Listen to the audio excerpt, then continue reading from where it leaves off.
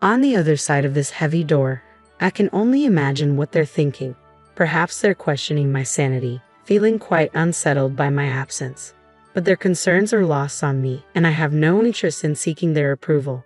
With a cheerful grin, I waved at the trio of anxious figures beyond the door and called out, "Good luck making your way back safely." My name is Karen, a 32-year-old newlywed. Not long ago, my husband and I celebrated our first anniversary, and while we haven't started a family yet, I cherish this chapter of our lives. Before tying the knot, I adored embarking on solo day trips by train whenever I had a free day. My friends often asked if I didn't feel lonely traveling alone, but I discovered a unique joy in wandering at my own pace, free from a strict itinerary. Though there was a hint of solitude, the thrill of exploration always outweighed it. I have a beloved travel magazine that I sometimes turn to for inspiration on my adventures. As my routine unfolded, I began to notice a curious coincidence. Wasn't that the same man I saw last week? It happened so frequently that one might call it fate, if they believed in such things. At first, it was a little unsettling, but it turned out he felt the same way. One day, he approached me hesitantly, saying, I'm sorry if I'm mistaken, but haven't we met before in different places?" To break the awkwardness, I showed him my travel magazine and confidently explained that I was following one of its suggested trips. To my surprise, he revealed that he had the same magazine and smiled broadly. That's how I met Mason, my future husband. He was captivating with a carefree approach to travel, always packing light for his journeys while I tended to over-prepare. He joked, "With everything going cashless now, all you need is a mobile phone." Our conversation sparkled with excitement as we discovered our shared passion for travel. We exchanged contact details, and our solo trips gradually transformed into joint adventures. I delighted in the fact that sharing experiences made them even more memorable, and local delicacies tasted better when enjoyed with someone special. After about 8 months of dating, Mason proposed, and I couldn't have been happier. Just 8 months into our relationship, we made the joyful decision to marry, embarking on what I thought would be a blissful new chapter in our lives. However, this happiness was soon overshadowed by the presence of Mason's parents, Austin and Janet, who lived just a 25-minute drive away. Both in their 50s, with Janet working part-time while they remained active in the workforce, they initially visited our home quite often. However, over time, we found a comfortable balance with fewer visits. Our post-wedding life included regular trips to various tourist spots, continuing a tradition we both loved. Recently, Mason embraced a minimalist lifestyle, carrying only his mobile phone and leaving his wallet with me. "It feels so light, I hardly look ready to go out, do I?" he joked with a satisfied grin. I silently wished he would at least carry his wallet, but it was a minor inconvenience. Then one ordinary day took an unexpected turn when Mason casually suggested, "By the way, my parents' wedding anniversary is coming up. How about we invite them on our next trip?" I felt a sudden tightness in my chest at the suggestion, but I forced a smile and replied, "Yes, that sounds great. We haven't seen Janet and Austin recently anyway." Mason, oblivious to my discomfort, didn't notice the strain in my expression. The next day, when I called his parents to extend the invitation, they were thrilled. "I guess I have to give it my best shot," I thought, bracing myself. Honestly, I find it challenging to be around my in-laws. They aren't unpleasant people. We just don't seem to mesh well. I'm quite reserved and prefer calm environments, while they are the epitome of high energy, which can be overwhelming for me. The first time I met them, their boisterous enthusiasm took me by surprise. "Nice to meet you. I'm Mason's mom, and this is his dad," they declared with the gusto of stand-up comedians, causing me to tense up involuntarily. Later, when the four of us, Mason, his parents, and I, went out for dinner, they chose the restaurant. I wondered if it was one of their favorite spots, given their enthusiastic choice. When we arrived, I was greeted by the sight of an all-you-can-eat buffet. The idea of meeting their son's girlfriend for the first time in such an informal setting made me chuckle to myself. "We've been so anxious today that we haven't eaten anything since this morning," Janet exclaimed, her beaming smile seemingly immune to any nerves. "That's right, we need to get our money's worth," Austin chimed in, revealing the true reason behind their skipped breakfast. Their loud voices drew discreet chuckles from other diners, making me feel a bit embarrassed and eager to leave. I glanced around, hoping Mason shared my discomfort, but to my surprise, he had already headed off to get food. Not to be outdone, his parents also jumped up, ready to load their plates as if preparing for a long winter's hibernation. Watching them, I couldn't help but wonder, can I really become a part of this family? I managed only a strained smile amid their boisterous energy, finding myself barely able to touch my food as I wrestled with doubts about my future with Mason. However, my apprehensions softened a bit when they affectionately remarked at the end of our meal, "What a wonderful girlfriend Mason has. He may be a bit awkward, but please take good care of him, Karen." Their sincere words warmed my heart. I loved Mason, and despite their overwhelming nature, I believed his parents meant well. When Mason proposed a few months later, I accepted without hesitation, convinced of our bond. Yet it turned out I wasn't as skilled at reading people as I thought. At our wedding, Mason's parents seemed to overlook the solemnity of the ceremony. Their attention instead focused on the buffet, much to my own parents' dismay. Mason's brother Brian appeared to be the only one aware of the awkwardness. "I'm sorry my parents showed such an embarrassing side," he confessed, his face flushed. "It's really shameful. I learned from Brian that he lives alone and has a somewhat strained relationship with our in-laws. They once complained, 'That boy is always so noisy with his complaints.' Just recently, he had boasted about buying several eggs despite a one-per-person limit, to which I had scolded him. 'Annoy,' he retorted. 'Don't you feel guilty about benefiting yourself at the expense of others?' Hearing that made me realize the complexities of our new family dynamics. I couldn't help but wonder, isn't that a fair point? What's wrong with expecting a little consideration? My thoughts were stirred by a recent visit from my in-laws, Janet and Austin, to our new home. They arrived empty-handed, which wasn't an issue, but soon began rummaging through our shelves. "Isn't this the snack they're advertising on TV? I've been dying to try it. Oh, and this one too." They treated my carefully chosen snacks as though they were on a scavenger hunt. Mason, ever so nonchalant, told them, "If you want them, take them home." "That's fine, right, Karen?" I wanted to express my frustration right then and there, but all I managed was a forced smile. It was becoming clear that my in-laws were quite the moochers, their constant casualness wearing me down. The demands of "I want this" and "give me that" wore me down in the early days of our marriage. They visited weekly, and each encounter left me feeling increasingly on edge. One day, I finally couldn't hold back my irritation any longer. "Mason, don't you think there's something off about Janet and Austin? They're kind of overbearing." My frustration boiled over into a full-blown argument, and Mason seemed genuinely perplexed by my anger. "No, not really. They've always been like this. Don't worry about it," he said, patting my shoulder. That only fueled my irritation further. "You kidding me? If this keeps up, I'll consider a divorce." My raised voice alarmed Mason, and he quickly intervened to put a stop to his parents' intrusive visits. Whatever he said to them worked, because our home life returned to a semblance of peace. However, the thought of traveling with them still made me anxious. On the day of the trip, I was taken aback to see them waiting, seemingly ready. "It's been a while. I heard you've been busy with work. It must be tough," Janet said, trying to make conversation. Despite her words, I was far from calm, especially when I noticed something odd. Janet and Austin, where's your luggage?" On closer inspection, I realized they hadn't brought anything with them, not even for a day trip. "Isn't it normal to bring at least a bag?" I asked. "We wanted to be ready to move quickly," they explained, leaving me bewildered and bracing for whatever might come next.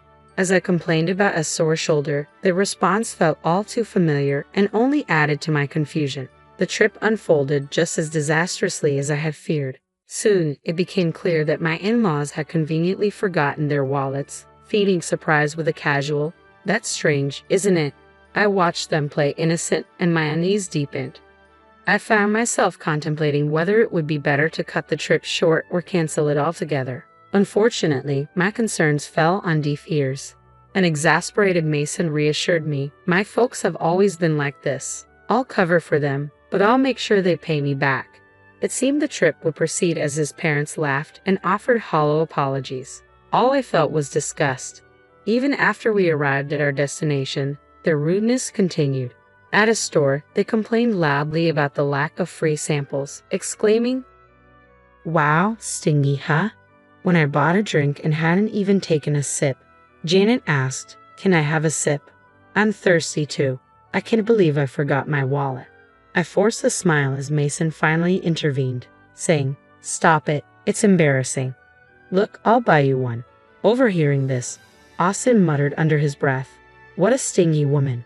I bristled at his lack of compassion, thinking bitterly, I could say the same about you. I should have walked away then, but my stubbornness kept me there.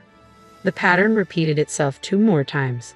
After seemingly enjoying our first trip, Janet contacted Mason to plan another. When I saw them at the station platform again, a chill ran down my spine. This time, they remembered their wallets. But when it came time to pay, Austin exclaimed, "Oh no, this is the wallet I used before." I rushed out in such a hurry. Their blatant lie was something only Mason seemed willing to believe. On the 3rd trip, they forgot their wallets again.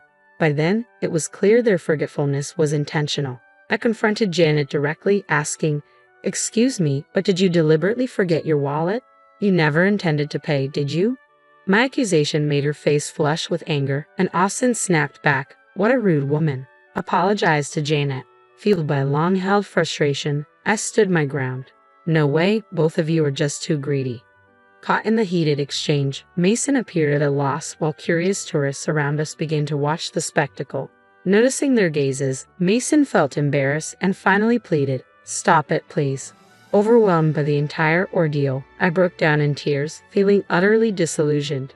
As the confrontation reached its peak, the in-laws' reaction took an unexpected turn. Janet rushed over to a tearful Mason and, with Austin silently by her side, said, "I'm sorry, Mason. It was my fault. You're so kind to cry for me."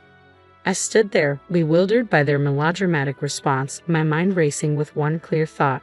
This is impossible. All I could think was that I wanted a divorce as I watched tears stream down Mason's cheeks. Sensing the gravity of the situation, his parents lost their previously combative demeanor. "Karen, we know we're often in the wrong," they admitted. "It's Mason's money, but we've still taken advantage of him." Their repetition of "it's Mason's money" dripped with a sarcasm that revealed their lack of genuine remorse, confirming my suspicions that their forgetfulness about their wallets was intentional. Janet casually referred to Mason's money, oblivious to the fact that Mason and I both contributed to our finances. His salary was only slightly higher than mine, making our incomes nearly equal. Every outing with the in-laws recently had ended with them wanting something. "I want to buy this too. Maybe some gifts for the neighbors as well. What's that? Looks tasty. Hey Mason, buy that for me." Their endless demands had racked up shockingly high bills on Mason's credit card, and we had been living primarily off my salary for the past few months. At the time of our marriage, I had viewed our finances as shared, believing in spending within our means and not burdening each other. What infuriated me the most was Mason's reliance on cash during our travels. "What? Only cash here?" he exclaimed, pulling out his nearly empty wallet from my bag, which contained just a few coins. "No, I messed up. You know I don't carry cash," he said, devoid of malice. This still injured me, especially since I always covered my expenses. I couldn't help but feel that his parents thought I was freeloading off Mason's income while simply complaining. We split our living expenses, so their accusations were not only unfounded but deeply unpleasant. As I watched Mason cry, with Austin attempting to console him, I had a moment of introspection. "I'm sorry for being presumptuous," I finally said, deciding to diffuse the tension. "You guys go ahead on the train. I'll buy some drinks." Though reluctant, this decision was my attempt to restore some temporary peace. With a serene smile, I watched as Mason and the in-laws boarded the train. Their expressions shifted from happiness to panic when they realized I wasn't following.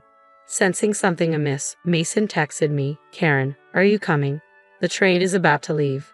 As the train doors began to close, I could see the panic etched on Mason's face. He seemed to be shouting something, but I was busy replying to his message. "I'm divorcing you. If your parents are so important to you, then live happily with them. Goodbye." I turned my back on Mason's frantic calls and texts, contemplating whether he even recognized the chaos he was causing on the train. Through the closing doors, his expression shifted from confusion to anger. "Hey, open this door. Are you crazy? I won't forgive you," he shouted, as if I needed his approval. I could see his parents yelling too, but their voices were drowned out in the noise of the train. Smiling at the bewildered trio, I muttered to myself, "Let's see if you make it back safely. Good luck." The train pulled away swiftly, vanishing from sight. As it departed, I felt a mix of relief and defiance. Knowing the next stop was quite a distance away, I hurried home to pack my things. I decided to stay with a friend while I figured out my next steps. Meanwhile, the barrage of messages from Mason continued until they abruptly stopped. His phone likely died. He often forgot to charge it overnight, and just that morning he mentioned it was at only 30%. Portable battery chargers are essential, he often said. Ironically, his essential charger was in my bag, along with his wallet. As I discussed my situation with my friend, my phone rang unexpectedly. It was Brian, Mason's brother. "Karen, I'm sorry. Did something happen?" he asked. Brian explained that Mason's phone had run out of battery, and in his panic, he had dropped it, shattering the screen. Unable to contact me, the desperate in-laws turned to Brian. Instead of probing, he listened as I recounted everything about Mason and his parents, speaking without restraint.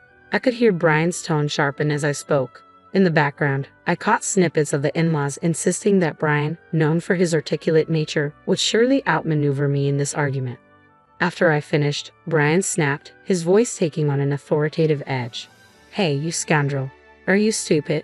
When Brian grew truly angry, his imposing demeanor surfaced. As the voice of reason, his words carried weight, and the in-laws' loud bickering echoed in the background. Choosing that moment, I quietly ended the call. Though Mason had initially been unsettled by the idea of divorce, my firm stance communicated through a lawyer led him to reluctantly accept the separation.